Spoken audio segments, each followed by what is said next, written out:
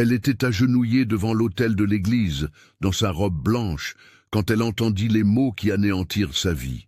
« Je ne peux pas épouser une femme qui ne me donnera pas d'héritier. » Et là, devant tout le monde, il l'abandonna. Mais ce qu'elle ne savait pas, c'est qu'un homme au fond de l'église était sur le point de tout changer avec une seule phrase. « J'ai 7 enfants, venez avec moi. » C'était une époque de promesses scellées en famille, où les mariages étaient décidés dès l'enfance, et les femmes grandissaient en se préparant à un unique destin, servir le mari qui leur avait été désigné. Amélie avait grandi en sachant qu'elle épouserait Lucien, son cousin, un homme qui avait hérité de vastes terres de vignobles et d'élevage. La promesse avait été faite alors qu'ils n'étaient que des enfants, mais Amélie l'avait prise au sérieux toute sa vie. Elle avait appris à broder les draps les plus fins, à préparer des fruits confits, à gérer une maison avec la précision de celle qui sait qu'elle sera jugée sur chaque détail. Sa mère lui avait enseigné qu'une bonne épouse vaut son pesant d'or, et Amélie voulait être digne de cette famille fortunée. Lucien était différent. Il avait grandi en sachant qu'il aurait tout, y compris une épouse déjà promise. Il n'avait jamais montré d'affection pour Amélie, mais n'avait jamais dit non plus qu'il ne l'épouserait pas. Il existait simplement dans sa vie comme une certitude lointaine, un avenir qui se rapprochait lentement. Quand le temps d'officialiser les fiançailles arriva enfin, les familles se réunirent à l'église pour la cérémonie de bénédiction. Amélie portait la tenue que sa mère avait cousue avec tant de soin, une robe de tissu clair avec de la dentelle aux manches. Ses cheveux étaient relevés en un chignon élégant et elle tenait un chapelet en perles qui avait appartenu à sa grand-mère. Elle était nerveuse, mais aussi pleine d'espoir. Enfin, sa vie allait commencer. L'église était pleine. Les 2 familles occupaient les premiers bancs et quelques curieux du village s'étaient dispersés au fond, voulant assister à l'union de 2 familles importantes de la région. Le curé était déjà à l'autel attendant. Amélie entra par la porte principale, accompagnée de son père, qui la conduisit jusqu'à l'autel, la fierté se lisant sur son visage. Lucien était là, debout, sérieux, dans son costume sombre, le regard fixé sur un point lointain. Quand Amélie s'agenouilla à côté de lui, elle sentit son cœur s'emballer. C'était réel, cela se produisait. Mais alors, le curé posa la question traditionnelle. « Lucien, acceptez-vous de prendre Amélie pour épouse, et pour l'aimer et la respecter tous les jours de votre vie ?» Et il y eut un silence trop long, trop lourd. Les gens commencèrent à s'agiter, mal à l'aise sur les bancs. Le père d'Amélie fronça les sourcils, puis Lucien parla d'une voix assez forte pour que tous l'entendent. « Je ne peux pas accepter. » Amélie sentit le monde s'arrêter. « Je ne peux pas accepter. » Les mots résonnèrent dans l'église comme un coup de tonnerre. Elle tourna lentement le visage, incrédule, et vit Lucien la regarder pour la première fois de la journée. Mais il n'y avait aucune tendresse dans ce regard. Il y avait de la froideur, de la détermination. Le curé, abasourdi, tenta d'intervenir. « Mon fils, que dites-vous? C'est une cérémonie sacrée. » Mais Lucien se leva, ajusta sa veste et dit haut et fort pour que tous l'entendent « Je ne peux pas épouser une femme qui ne me donnera pas d'héritier. Le médecin du village m'a informé qu'Amélie a une condition qui l'empêche d'avoir des enfants. Je ne peux pas compromettre l'avenir de ma famille avec quelqu'un qui ne peut pas me donner de descendance. » Le silence qui suivit fut assourdissant. Amélie eut l'impression qu'on lui avait arraché le sol sous les pieds. Les gens commencèrent à murmurer, des regards de pitié, de curiosité, de jugement se tournèrent vers elle. Sa mère laissa échapper un gémissement étouffé. Son père devint blême, et Lucien se retourna simplement et quitta l'église, la laissant là, agenouillée devant l'autel, anéantie. Amélie ne parvenait pas à se relever, ses jambes ne lui obéissaient plus. Les larmes se mirent à couler, chaudes et lourdes, tachant le tissu clair de sa robe. Sa mère se précipita vers elle, essayant de l'aider à se relever, mais Amélie était paralysée par l'humiliation. Tout le monde la regardait, tout le monde savait, elle était la femme qui ne pouvait pas avoir d'enfant, la femme qui n'était pas bonne à marier, la femme rejetée devant l'autel. Finalement, avec l'aide de sa mère, Amélie réussit à se lever et sortit de l'église en chancelant. Elle ne rentra pas chez elle, incapable d'affronter sa famille. Elle se rendit sur le parvis de l'église, une zone latérale avec des bancs de pierre à l'ombre d'arbres centenaires, et s'assit là, tremblante, pleurant, sentant que sa vie était finie. Il n'y avait pas d'avenir, pas d'espoir, seulement la honte qui la suivrait pour le reste de ses jours. Si vous nous rejoignez maintenant et que vous ne faites pas encore partie de notre communauté, abonnez-vous à la chaîne. C'est ainsi que nous pouvons continuer à vous proposer des histoires qui touchent le cœur et font réfléchir sur la vie. Dites-nous dans les commentaires d'où vous nous écoutez. Nous adorons savoir jusqu'où ces histoires voyagent. Votre soutien fait toute la différence. C'est alors qu'elle entendit des pas.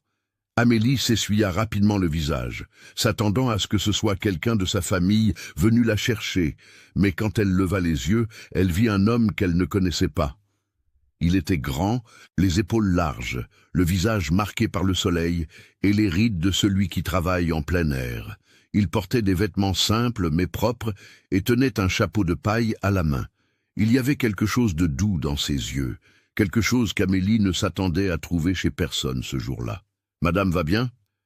Sa voix était douce, empreinte d'une préoccupation sincère. Amélie secoua la tête, incapable de mentir. Non, elle n'allait pas bien, elle n'irait plus jamais bien. L'homme s'assit sur le banc à côté d'elle en gardant une distance respectueuse et resta silencieux un instant, comme s'il choisissait les mots justes. « J'étais à l'intérieur, dit-il enfin. J'ai tout vu. Et je veux que vous sachiez que ce qu'il a fait était cruel et lâche. » Amélie le regarda surprise. Personne n'avait dit ça.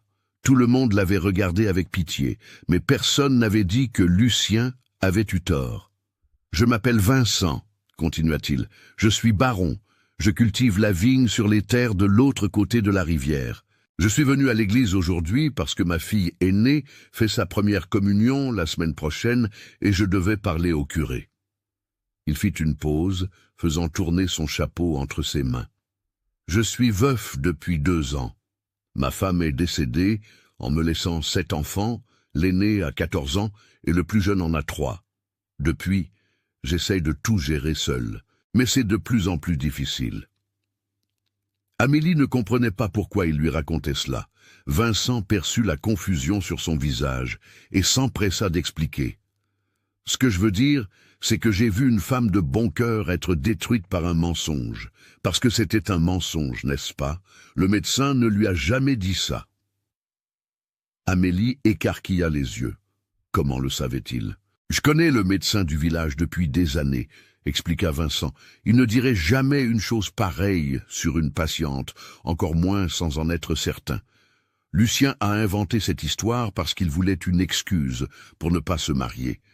Il a probablement déjà une autre prétendante en vue et il avait besoin d'une raison qui ne le ferait pas passer pour le méchant. » La vérité fit plus mal que l'humiliation. Amélie sentit une colère commencer à bouillir en elle. Tout cela, toute cette honte, était basée sur un mensonge créé pour protéger l'orgueil de Lucien. « Vous ne méritez pas de porter cette honte, » dit Vincent avec fermeté. « Vous méritez une vie digne, vous méritez le respect. » Il prit une profonde inspiration, comme pour rassembler son courage. « Mais 7 enfants grandissent sans mère. Ils ont besoin de quelqu'un qui s'occupe d'eux, qui apprenne aux filles à être des femmes de valeur et aux garçons à être des hommes d'honneur. Le domaine n'est pas luxueux, mais il est prospère. Il y a une bonne maison, de la nourriture sur la table et un travail honnête. » Il la regarda dans les yeux. « Si vous acceptez, vous pouvez venir vivre avec moi et être une mère pour ces enfants. Ce n'est pas une demande en mariage traditionnelle. Je vous offre un foyer, un but et le respect. Et si un jour quelque chose de plus grandit entre nous, ce sera en temps voulu. » Amélie resta sans voix. C'était la proposition la plus étrange, et en même temps la plus honnête qu'elle ait jamais entendue de sa vie. « Pourquoi feriez-vous ça pour moi ?» réussit-elle à demander. « Vous ne me connaissez même pas. » Vincent sourit, un sourire triste mais sincère. « Parce que je reconnais quelqu'un qui mérite une seconde chance. Ma femme disait toujours que Dieu met les bonnes personnes sur notre chemin quand nous en avons le plus besoin. Peut-être que j'ai besoin d'aide avec mes enfants, et peut-être que vous avez besoin d'un endroit où vous serez apprécié. Parfois, les choses s'emboîtent de manière inattendue. Amélie regarda l'église, d'où sortaient encore des gens commentant le scandale. Elle regarda le chemin qui menait à la maison de ses parents, où l'attendait une vie de honte, où elle serait vue comme la femme dont personne n'avait voulu. Et puis elle regarda Vincent, un étranger qui lui offrait quelque chose que Lucien ne lui avait jamais offert, un choix. « J'accepte », dit-elle, et les mots sortirent plus fermes qu'elle ne l'aurait cru. « J'accepte de venir avec vous. » Vincent hocha la tête, soulagé. « Ma charrette est juste là. Je peux attendre que vous alliez chercher vos affaires ?» Amélie pensa à ses affaires. Le trousseau qu'elle avait préparé avec tant de soin était chez ses parents, mais elle ne voulait pas y retourner. « Non, maintenant. Je n'ai besoin de rien, » dit-elle. « Partons maintenant. » Et c'est ainsi que, sans rien d'autre que la robe qu'elle portait et le chapelet en perles de sa grand-mère, Amélie laissa derrière elle tout ce qu'elle connaissait et suivit Vincent vers une vie complètement inconnue. Le trajet jusqu'au domaine dura près d'1 heure. Vincent conduisait la charrette avec assurance et en chemin, il lui parla de ses enfants. L'aînée, Claire, avait assumé le rôle de mère depuis qu'ils étaient orphelins, mais elle était trop jeune pour cette responsabilité. Les jumeaux, Paul et Pierre, étaient espiègles et avaient besoin de limites. Rose était trop timide et se cachait de tout. Michel adorait travailler la terre avec son père. Anne pleurait pour un rien. Et les 2 plus jeunes, Thomas et la petite Isabelle, avaient besoin de soins constants. Quand ils arrivèrent au domaine, Amélie vit une propriété bien entretenue. La maison était grande, en bois et en briques, avec une large véranda et des fenêtres qui brillaient sous le soleil de l'après-midi. Autour, les vignobles s'étendaient en rangées ordonnées et, un peu plus loin, il y avait un enclos avec quelques vaches. C'était beau, c'était paisible, mais ce qui attira l'attention d'Amélie, ce furent les enfants qui apparurent en courant lorsqu'ils entendirent le bruit de la charrette. Ils étaient 7, exactement comme Vincent l'avait dit. Claire, l'aînée, s'arrêta au milieu du chemin quand elle vit Amélie descendre de la charrette. C'était une jeune fille sérieuse, les cheveux attachés en queue de cheval et un tablier taché de farine. Les jumeaux, Paul et Pierre, se poussaient pour mieux voir la visiteuse. Rose se cacha derrière Claire. Michel, un garçon d'environ 11 ans, fronça les sourcils avec méfiance. Anne se mit à pleurer sans raison apparente, et les petits Thomas et Isabelle coururent vers leur père pour être pris dans ses bras. « Les enfants, voici Amélie, » annonça Vincent en prenant Isabelle dans ses bras. « Elle va vivre avec nous et s'occuper de vous. » Le silence qui suivit fut pesant. Claire fut la première à parler d'une voix froide. « On n'a besoin de personne pour s'occuper de nous. Je me débrouille. » Vincent soupira. « Claire, tu es trop jeune pour porter un tel fardeau. Amélie est venue pour aider, pas pour remplacer qui que ce soit. » Mais la jeune fille ne répondit pas. Elle tourna simplement le dos et rentra dans la maison. Les autres la suivirent, laissant Amélie seule avec Vincent dans la cour. « Il lui faudra du temps, » dit Vincent en passant la main dans ses cheveux. « À tous, ils ont perdu leur mère de manière très douloureuse, et ils apprennent encore à vivre avec cette douleur. » Amélie hocha la tête. Elle comprenait la douleur. Elle venait d'en expérimenter sa propre version. « Je vais vous faire visiter la maison, » proposa Vincent, et Amélie le suivit par la porte d'entrée. L'intérieur était étonnamment bien rangé pour une maison pleine d'enfants. La pièce principale avait des meubles simples mais bien conservés, un canapé en bois avec des coussins cousus à la main, une grande table où tout le monde pouvait s'asseoir et un poêle à bois qui fumait encore un peu. Claire était là, remuant une casserole, avec des gestes brusques. « Je prépare le dîner » dit-elle sans les regarder. « Un ragoût de haricots avec ce qui restait de la viande du déjeuner. » Vincent lui toucha l'épaule avec affection.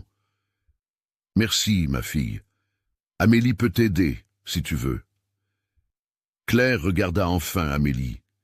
Et ce que la femme vit dans ses yeux, c'était de la peur d'être remplacée, la peur de perdre le peu de contrôle qu'elle avait encore. « Je peux faire la vaisselle pendant que tu finis de cuisiner », proposa Amélie d'une voix douce. Elle ne voulait pas s'imposer, elle voulait aider. Claire hésita, puis désigna un seau de vaisselle sale dans un coin. Là, Amélie retroussa ses manches et commença à travailler. L'eau était froide, la vaisselle sale, mais elle frotta chaque assiette avec soin. Claire l'observait du coin de l'œil, toujours méfiante. Mais Amélie ne dit rien, elle se contenta de travailler. Le dîner fut silencieux. Les enfants mangèrent rapidement, sans parler, jetant de temps en temps des regards curieux à Amélie. Seule la petite Isabelle, qui avait 3 ans, s'approcha d'elle au milieu du repas et toucha sa robe. « Jolie !» dit la petite fille. Et Amélie sourit pour la première fois de cette terrible journée. « Merci, ma chérie !» Vincent la présenta formellement à chacun de ses enfants, en disant leurs noms et leurs âges. Claire avait 14 ans. Les jumeaux Paul et Pierre en avaient 12. Rose en avait 10. Michel en avait 11. Anne en avait 8. Thomas en avait 5. Isabelle en avait 3. C'était beaucoup de noms à retenir, beaucoup de personnalités à comprendre, mais Amélie était déterminée à essayer. Après le dîner, Vincent montra à Amélie la chambre qui serait la sienne. Elle était petite, mais elle avait un vrai lit avec un matelas de paille, une fenêtre qui donnait sur les vignes et une vieille commode où elle pourrait ranger ses affaires, si elle en avait. « Je sais que ce n'est pas ce que vous attendiez de la vie, » dit Vincent, appuyé contre le chambranle de la porte. « Mais je vous promets qu'ici, vous serez traités avec respect. Les enfants s'habitueront. Ils ont juste besoin de temps. » Amélie s'assit sur le bord du lit, sentant le poids de la journée s'abattre sur ses épaules. « Merci, » dit-elle, la voix brisée. « Merci de m'avoir sorti de cet endroit. » Cette première nuit, Amélie se coucha tout habillée, sans la force de chercher une chemise de nuit. Elle resta à regarder le plafond en bois, écoutant les bruits de la maison qui s'installait pour la nuit. Des pas légers d'enfants allant se coucher, la voix de Vincent souhaitant bonne nuit à chacun, les pleurs étouffés de quelqu'un, probablement Anne. Et puis le silence. Amélie ferma les yeux et pour la première fois s'autorisa à tout ressentir. L'humiliation, la colère, la peur de l'avenir, mais aussi quelque chose de nouveau, de petit, de fragile, l'espoir. Peut-être, juste peut-être, que ce n'était pas la fin de son histoire, peut-être que c'était seulement le début d'un chapitre différent. Les premiers jours furent difficiles. Amélie se levait avant le lever du soleil. Elle allumait le feu, préparait le café, réveillait les enfants, coiffait des cheveux rebelles, recousait des boutons manquants, balayait le sol, lavait le linge à la rivière. Le travail était sans fin. Claire restait distante, tenant à montrer qu'elle connaissait mieux la routine de la maison. Les jumeaux testaient les limites d'Amélie, cachant ses affaires et faisant des bêtises. Rose lui parlait à peine, mais peu à peu, de petites victoires commencèrent à apparaître. Ce fut Michel qui s'ouvrit le premier. Il essayait de réparer un jouet en bois cassé, frustré de ne pas réussir à emboîter les pièces.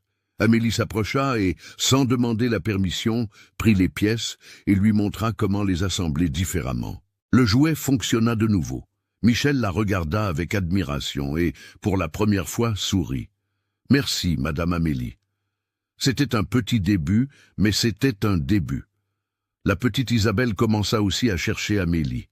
La fillette faisait des cauchemars fréquents et se réveillait en pleurant au milieu de la nuit. La troisième nuit, Amélie l'entendit sangloter et se rendit dans la chambre des filles. Elle prit Isabelle dans ses bras, l'emmena à la cuisine et lui prépara une tisane sucrée. Elle s'assit dans le fauteuil à bascule qui avait appartenu à la mère des enfants et berça la petite jusqu'à ce qu'elle se rendorme. Claire vit toute la scène depuis la porte de la chambre, mais ne dit rien. Elle se contenta d'observer. Vincent travaillait du matin au soir dans les vignes, mais rentrait toujours pour le dîner. Il posait des questions sur la journée, écoutait les plaintes des enfants, résolvait les conflits et progressivement commença à parler avec Amélie de choses autres que la routine. Il lui parla de sa femme, Thérèse, qui avait été une femme forte et aimante. Il raconta comment elle était tombée malade soudainement, une fièvre qui n'était pas passée, et comment il s'était senti perdu quand elle était partie. « Les enfants ont beaucoup souffert, dit-il un soir, après que tout le monde fut couché. Surtout Claire. Elle était très attachée à sa mère et a essayé de combler le vide en assumant toutes les responsabilités. Mais c'est trop lourd pour une fille de son âge. » Amélie comprit. C'est pour cela que Claire était si réticente. Ce n'était pas un rejet personnel, c'était la peur que quelqu'un essaie d'effacer le souvenir de sa mère. « Je ne veux remplacer personne, » dit Amélie avec sincérité. « Je veux juste aider. Si Claire me donne une chance, je promets de respecter la mémoire de sa mère. » Vincent prit la main d'Amélie et son contact fut chaleureux, réconfortant. « Vous êtes une bonne personne, Amélie. Je suis heureux que vous ayez accepté de venir. Si vous suivez cette histoire jusqu'ici, envisagez de nous soutenir en cliquant sur le bouton « Merci ». Le bouton « Merci » est une façon d'aider financièrement la chaîne. Ce geste nous aide à continuer à vous proposer des histoires qui émeuvent et inspirent des personnes comme vous. Un après-midi, alors qu'Amélie étendait le linge sur la corde, Claire s'approcha. La jeune fille resta silencieuse un moment, observant simplement, jusqu'à ce qu'elle parle enfin. Ma mère avait une façon spéciale de plier les draps. Elle disait qu'il fallait les plier en 3 pour que ce soit parfait. Amélie arrêta ce qu'elle faisait et regarda Claire. « Peux-tu m'apprendre » La question prit la jeune fille par surprise. Elle s'attendait à ce qu'Amélie dise que sa façon de faire était mauvaise, qu'il y avait une meilleure méthode, mais non. Amélie lui demandait d'apprendre. « Oui, » dit Claire. Et pour la première fois depuis l'arrivée d'Amélie, la jeune fille sourit. Elles passèrent l'après-midi à plier des draps ensemble, et Claire raconta des histoires sur sa mère, sur les jours heureux, sur les chansons qu'elle chantait. Et Amélie écouta tout, gardant chaque mot comme un trésor. Les semaines passèrent et la maison commença à avoir une routine différente. Les repas devinrent plus copieux, car Amélie savait préparer des plats que Vincent pouvait vendre au village en échange de provisions. Les vêtements des enfants étaient toujours propres et raccommodés. La maison sentait le pain frais le matin, et peu à peu, ces 7 enfants commencèrent à appeler Amélie par son nom, puis par Madame Amélie, et certains des plus jeunes se mirent à glisser et à l'appeler maman. Chaque fois que cela arrivait, Claire se tendait, mais Amélie corrigeait toujours avec douceur. « Je suis Amélie, mon chéri. Vous avez eu une mère merveilleuse et je suis là pour prendre soin de vous, mais personne ne l'oubliera. » Un jour, Vincent revint du village avec une nouvelle. « J'ai croisé Lucien sur la place, » dit-il en enlevant son chapeau. « Il est fiancé à une autre femme, la fille du propriétaire de la scierie. Il se marie le mois prochain. » Amélie sentit un pincement au cœur, mais ce n'était pas de la douleur, c'était autre chose. C'était la confirmation qu'elle avait fait le bon choix. « Il a perdu une bonne épouse, » dit Vincent avec fermeté. « Mais j'ai gagné une bonne compagne pour cette maison. » Et pour la première fois, Amélie sentit qu'elle avait sa place quelque part. Mais la paix ne devait pas durer, car un dimanche après-midi, alors que la famille revenait de la messe, une femme attendait au portail du domaine. C'était Marthe, la sœur de Thérèse, la défunte épouse de Vincent.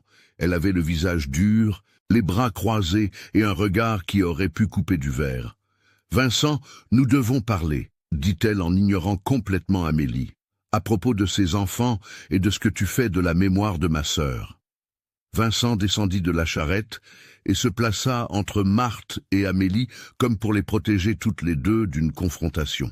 « Marthe, ce n'est pas le moment, » dit-il d'une voix contrôlée. Mais Marthe n'était pas d'humeur à être contrôlée. « Ce n'est pas le moment, et quand le sera-t-il, quand tu auras complètement remplacé ma sœur par une étrangère ?» Les enfants se turent dans la charrette, les yeux écarquillés. Claire serra la main d'Isabelle, l'attirant près d'elle. Amélie sentit son estomac se nouer. Elle savait que ce moment viendrait. Elle avait toujours su qu'il y aurait de la résistance, mais elle ne s'attendait pas à ce que ce soit si douloureux. « Marthe, s'il te plaît, entrons pour parler, » tenta à nouveau Vincent. Mais Marthe secoua la tête. « Non, cela doit être dit maintenant, devant tout le monde. Quand Thérèse est morte, je me suis proposé pour m'occuper de ses enfants. Je suis de leur sang. Je suis la sœur de leur mère. Mais tu as refusé. Tu as dit que tu t'en sortirais seule. » Elle désigna Amélie avec mépris. « Et maintenant, tu amènes une parfaite inconnue pour élever mes neveux et nièces. Une femme qui a été rejetée devant l'autel. Tout le monde dans la région connaît la honte qu'elle a subie. » Les mots tombèrent comme des pierres. Amélie sentit ses joues brûler.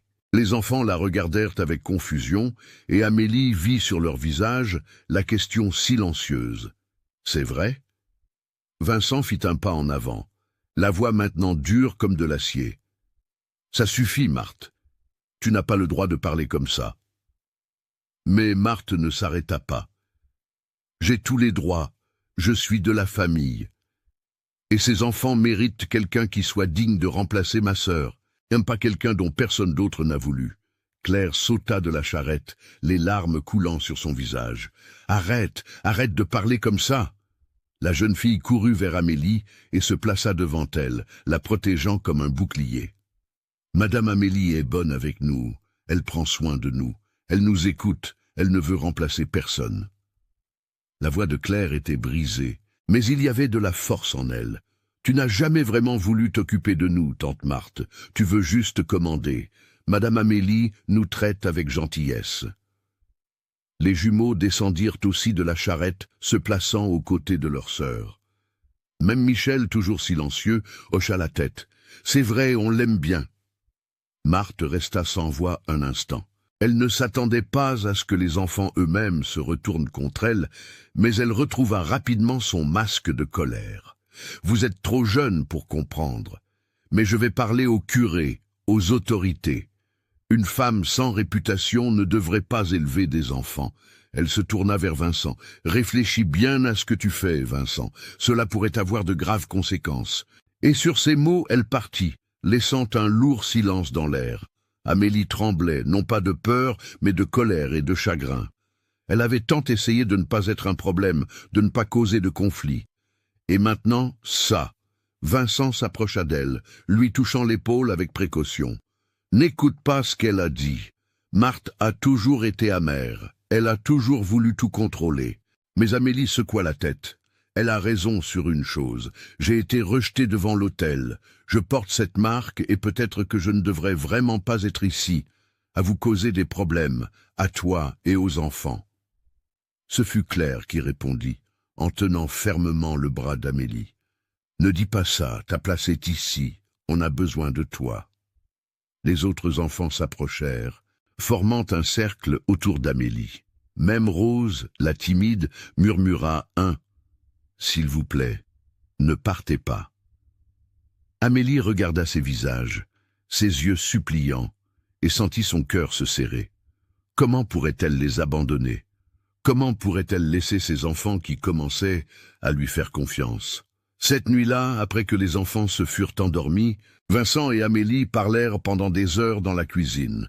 Il lui parla de Marthe, de la façon dont elle avait toujours été en compétition avec sa sœur, de son ressentiment de ne pas avoir été choisie pour élever ses neveux et nièces. « Elle ne veut pas des enfants par amour, » expliqua Vincent. « Elle veut prouver quelque chose, montrer qu'elle est meilleure que sa sœur ne l'était. » Amélie soupira. « Mais si elle va vraiment parler aux autorités, s'ils essaient de me faire partir d'ici... » Vincent prit les mains d'Amélie, et pour la première fois depuis leur rencontre, il y avait quelque chose de plus profond dans ce contact.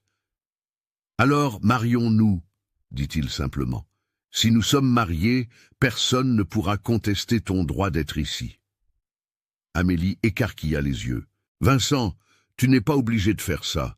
Tu n'as pas à m'épouser par obligation. » Mais il secoua la tête. « Ce n'est pas une obligation, Amélie. Ces mois avec toi ici m'ont montré quelque chose que je ne m'attendais pas à ressentir à nouveau. Tu as ramené la vie dans cette maison, Tu as apporté de la joie et les enfants t'aiment. Moi, il hésita, puis continua. J'ai aussi commencé à avoir des sentiments pour toi. Ce n'est pas la même chose que ce que je ressentais pour Thérèse. C'est différent, mais c'est réel. Amélie sentit les larmes lui monter aux yeux.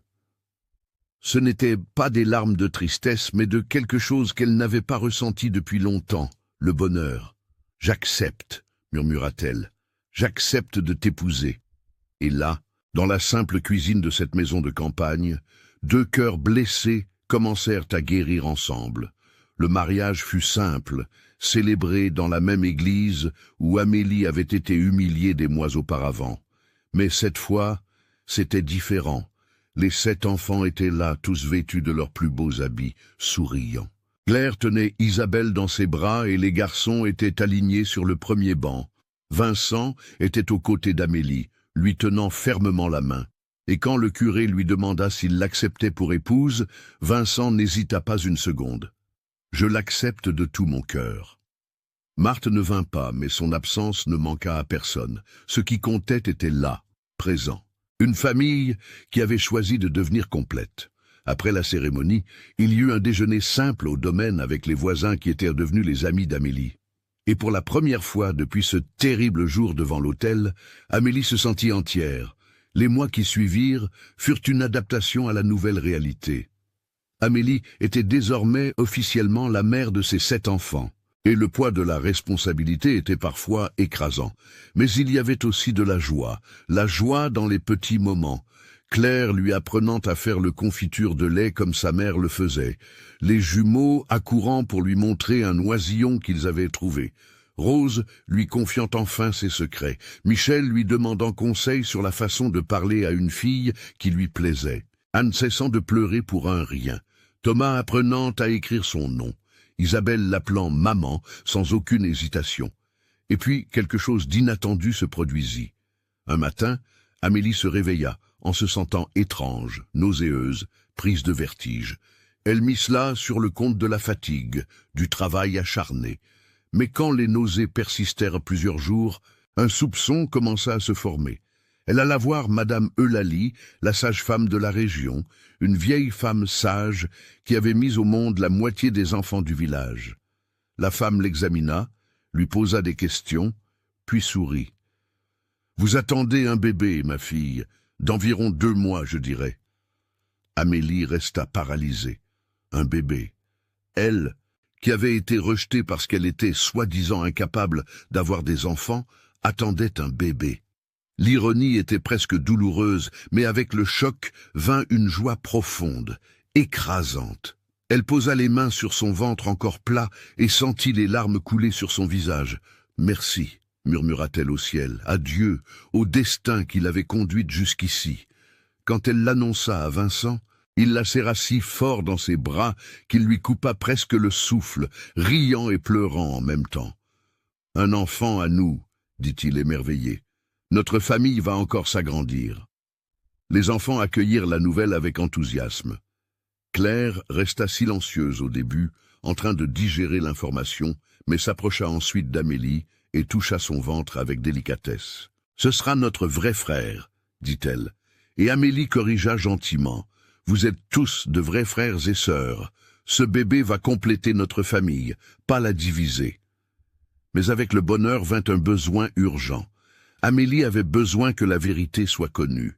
Elle avait besoin que Lucien sache que son mensonge avait été démasqué, non par vengeance, mais par justice, pour qu'aucune autre femme ne souffre ce qu'elle avait souffert. « Je dois le confronter, » dit-elle à Vincent un soir. « Il faut qu'il sache qu'il a menti, qu'il a détruit ma réputation sur la base d'un mensonge. » Vincent lui prit le visage entre ses mains. « Alors nous irons ensemble, tu n'affronteras pas ça seul. » Le dimanche suivant, Vincent et Amélie se rendirent au village. C'était jour de marché et la place était bondée. Amélie savait que Lucien serait là. Il allait toujours au marché le dimanche pour ses affaires. Et il était là, discutant avec d'autres barons, riant, complètement à l'aise. À côté de lui se tenait une jeune femme en robe fine, probablement sa nouvelle épouse. Amélie prit une profonde inspiration, serra la main de Vincent et se dirigea vers eux. « Lucien !» Sa voix sortit ferme, claire. Les gens autour cessèrent de parler, sentant que quelque chose d'important allait se produire. Lucien se retourna et, en voyant Amélie, son visage blêmit. « Amélie, que veux-tu » La froideur dans sa voix était la même qu'avant, mais Amélie n'était plus la même femme. « Je suis venue t'apporter une nouvelle », dit-elle en relevant le menton. « J'attends un enfant. » Le silence qui tomba sur la place fut absolu. Tout le monde regardait maintenant. L'épouse de Lucien fronça les sourcils, confuse, et Lucien devint rouge. « Ça n'a rien à voir avec moi », dit-il entre ses dents. « Ça a tout à voir », répondit Amélie. « Tu m'as humilié publiquement devant toute la communauté en disant que je ne pouvais pas avoir d'enfant. Tu as détruit ma réputation sur la base d'un mensonge que tu as toi-même inventé. » L'un des barons s'avança. « C'est vrai, ça, Lucien? Tu as inventé cette histoire ?» Lucien ouvrit et ferma la bouche, mais aucun mot convaincant n'en sortit. Sa femme le dévisagea les yeux écarquillés. « Tu as fait ça ?» Amélie continua, sa voix résonnant maintenant sur toute la place. « Je ne suis pas venu ici pour me venger. Je suis venu pour que tout le monde sache la vérité, pour qu'aucune autre femme ne soit détruite comme tu as essayé de me détruire. » L'un des hommes les plus âgés de la communauté, respecté de tous, s'approcha de Lucien, le visage sérieux. « C'est très grave, jeune homme, détruire la réputation d'une jeune fille sur la base de mensonges est déshonorant. Ta famille a toujours eu un nom respectable dans cette région, mais tu l'as sali. » Lucien tenta de se défendre, mais ses mots sortaient confus, sans conviction. « J'ai entendu des rumeurs, le médecin... » Mais le médecin du village était là aussi, sur la place. Il s'approcha en secouant la tête. « Je n'ai jamais rien dit sur aucune patiente, et encore moins sur mademoiselle Amélie. C'est un mensonge qu'on m'attribue, et je ne le permettrai pas. » L'épouse de Lucien avait les larmes aux yeux. Elle regarda son mari avec un mélange de colère et de déception. « Tu m'as dit qu'elle avait des problèmes. Tu m'as fait croire que tu avais fait ce qu'il fallait en la renvoyant. » Elle se tourna vers Amélie. « Je suis désolé, je ne savais pas. » Amélie hocha la tête. Elle n'en voulait pas à cette femme. Elle aussi était victime des mensonges de Lucien. Vincent s'approcha, posant une main protectrice dans le dos d'Amélie. « Ma femme est venue ici pour la justice. Pas pour la vengeance. Elle a bâti une vie honorable. Elle élève 7 enfants avec amour et dévouement, et maintenant elle va mettre au monde un autre enfant. Elle méritait que la vérité soit connue. » Non, les gens commencèrent à se disperser, mais non sans lancer des regards de désapprobation à Lucien. Certains vinrent voir Amélie et s'excusèrent d'avoir cru au mensonge. D'autres louèrent son courage. Et pour la première fois depuis ce terrible jour devant l'autel, Amélie sentit sa dignité restaurée. Elle n'était plus la femme rejetée. Elle était la femme qui avait eu le courage de chercher la vérité. Sur le chemin du retour, Amélie était silencieuse, digérant tout ce qui s'était passé. Vincent respecta son silence, jusqu'à ce qu'ils arrivent au domaine. Quand ils descendirent de la charrette, il lui prit les mains. « Tu as été incroyable aujourd'hui, dit-il, la fierté dans la voix. Tu as affronté le passé la tête haute. Thérèse serait fière. » C'était la première fois que Vincent comparait Amélie à sa défunte épouse. Et ce n'était pas une comparaison de remplacement, mais de reconnaissance. Amélie sentit son cœur se réchauffer. Les enfants sortirent en courant de la maison quand ils les virent arriver, impatients de savoir ce qui s'était passé. Claire alla droit au but. « Alors, qu'est-ce qu'il a dit ?» Amélie s'agenouilla pour être à la hauteur des enfants et leur raconta tout. Elle raconta comment elle avait exposé le mensonge, comment les gens avaient réagi, comment la vérité avait enfin été révélée. « Et maintenant ?» demanda timidement Rose. « Maintenant ?» dit Amélie en posant la main sur son ventre. « Nous allons de l'avant. Nous avons une famille à élever et un bébé en route. » Les jumeaux applaudirent. Michel afficha un large sourire. Anne sauta de joie. Thomas et Isabelle tapèrent dans leurs mains sans tout comprendre, mais heureux quand même. Et Claire serra Amélie dans ses bras pour la première fois depuis leur rencontre. Un câlin serré, plein de sens. « Merci », murmura la jeune fille. « de ne pas avoir renoncé à nous. Les mois suivants furent consacrés aux préparatifs. Le ventre d'Amélie s'arrondit et avec lui, l'excitation des enfants. Il touchait son ventre à tout moment, posant des questions sur le bébé. « Ce sera un garçon ou une fille? Il aura mes cheveux? Je peux choisir le nom ?» Vincent construisit un berceau en bois avec l'aide de Michel, et Claire cousit de petits vêtements avec des chutes de tissu. Rose fabriqua un mobile avec des étoiles en papier coloré. Même les plus petits aidèrent à leur manière, en apportant des fleurs des champs pour décorer la chambre. Marthe ne réapparut pas. Amélie apprit, par des commentaires au village, que la femme avait déménagé dans une autre région, honteuse de son comportement. Amélie n'en ressentit aucune satisfaction, juste du soulagement. Elle ne voulait pas d'ennemis, elle voulait la paix. Et enfin, après des mois d'attente, par une chaude nuit d'été, les douleurs commencèrent. On appela Madame Eulalie en urgence, et toute la maison entra dans un état d'agitation contrôlée. Vincent envoya les enfants dehors, mais ils refusèrent d'aller bien loin, restant sur la véranda, attendant avec anxiété. L'accouchement fut long et difficile, mais quand le cri du bébé résonna enfin dans la maison, ce fut comme si toute la tension se dissolvait. C'était un garçon en bonne santé, avec des poumons solides. Madame Eulalie le nettoya, l'enveloppa dans un linge doux et le plaça dans les bras d'Amélie. « Il est parfait », murmura-t-elle en regardant ce petit visage rouge et froissé. Vincent était à côté d'elle, les larmes coulant sur son visage. « Notre fils », dit-il, émerveillé. Les enfants furent autorisés à entrer, et un par un, ils s'approchèrent pour rencontrer leur petit frère. Claire tint le bébé avec tant de soin qu'Amélie sentit son cœur déborder. « Comment allons-nous l'appeler » demanda Vincent. Amélie réfléchit un instant puis dit « René. Nous l'appellerons René parce que notre vie a été renouvelée. » Si cette histoire touche votre cœur, laissez un j'aime et dites-moi dans les commentaires.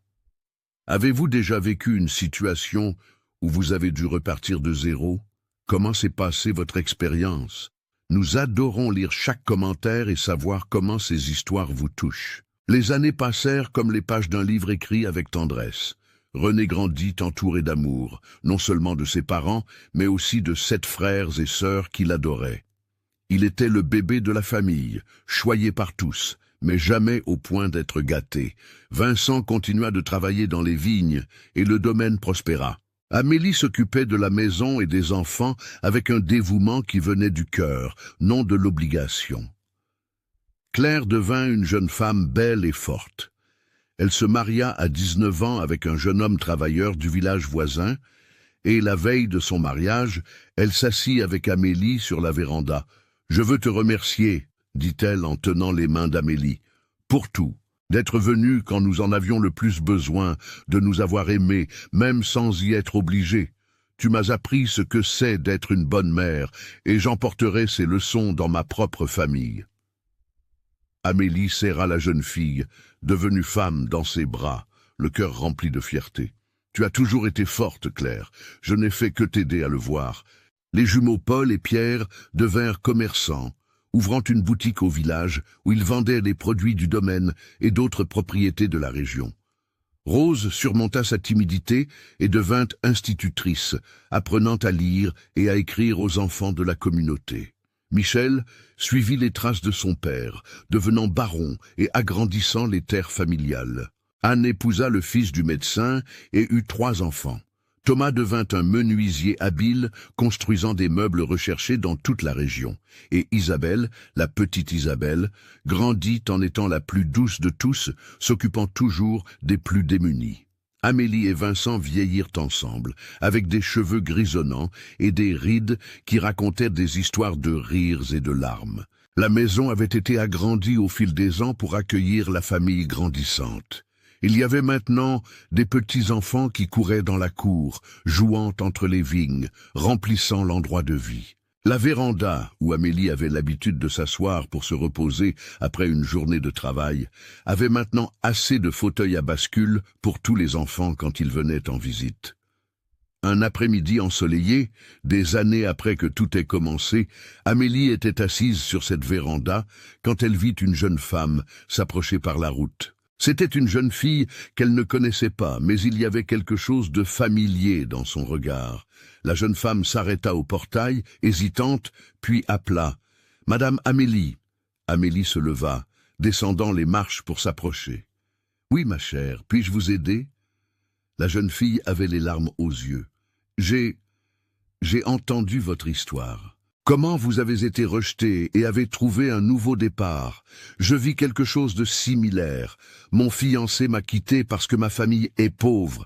Il a dit que je ne pouvais pas lui donner le statut dont il a besoin, et je ne sais pas quoi faire. Je n'ai nulle part où aller. » Le cœur d'Amélie se serra. Elle se revit dans cette jeune fille des années plus tôt, perdue et sans espoir. « Ah, comment t'appelles-tu ?»« Françoise », répondit la jeune fille. Amélie sourit en lui prenant les mains. « Françoise, viens, assieds-toi avec moi. Parlons un peu. » Elles s'assirent dans les fauteuils à bascule et Amélie commença à parler. « Quand j'étais au plus bas, quelqu'un m'a tendu la main. Quelqu'un m'a donné une chance quand je pensais qu'il n'y en avait plus. Et cela a complètement transformé ma vie. » Elle désigna la maison, les vignobles, les enfants qui jouaient dans la cour. Tout cela existe parce que quelqu'un a cru en moi, quand je ne croyais plus en moi-même. Françoise essuya les larmes de son visage. « Mais comment avez-vous fait? Comment avez-vous réussi à aller de l'avant après tant de honte ?» Amélie réfléchit un instant avant de répondre. « J'ai choisi de croire que ma valeur n'était pas définie par celui qui m'a rejeté, mais par ceux qui ont choisi de m'accueillir. J'ai choisi de construire quelque chose de nouveau, au lieu de rester prisonnière de ce que j'avais perdu. Et j'ai découvert que la famille, ce n'est pas seulement ceux avec qui on naît, c'est ceux qui choisissent de rester. » Elle regarda Françoise avec bienveillance. « Tu vas surmonter ça, tu trouveras ton chemin. Ce ne sera peut-être pas le chemin que tu avais prévu, mais parfois, les meilleurs chemins sont ceux que nous n'attendions jamais. » Vincent s'approcha, s'appuyant sur une canne que Michel lui avait fabriquée. Il sourit en voyant Amélie parler avec la jeune femme. « Tu donnes encore des conseils ?» Amélie rit. « Je partage des expériences. » Vincent s'assit à côté d'elle, lui prenant la main. « Ma femme a beaucoup de sagesse à partager. Elle a tout appris sur le tas. » Françoise les regarda tous les deux, l'amour visible même après tant d'années, et sentit un peu d'espoir renaître dans son cœur. Claire arriva à ce moment-là avec ses enfants, suivie des jumeaux avec leur famille. Rose vint avec des élèves qu'elle voulait présenter à leurs grands-parents. Michel amena sa femme et leurs 4 enfants. Anne arriva avec son mari et leurs enfants. Thomas apparut avec un nouveau meuble qu'il avait fabriqué. Isabelle vint avec des paniers de nourriture qu'elle avait préparés. Et René, maintenant un homme, arriva à cheval, amenant sa femme et leur fils nouveau-né. Le domaine se remplit de monde, de rire, de vie. Françoise observait tout, émerveillée. « C'est votre famille ?» Amélie regarda autour d'elle tous ces visages qu'elle aimait et hocha la tête avec un immense sourire. « C'est ma famille.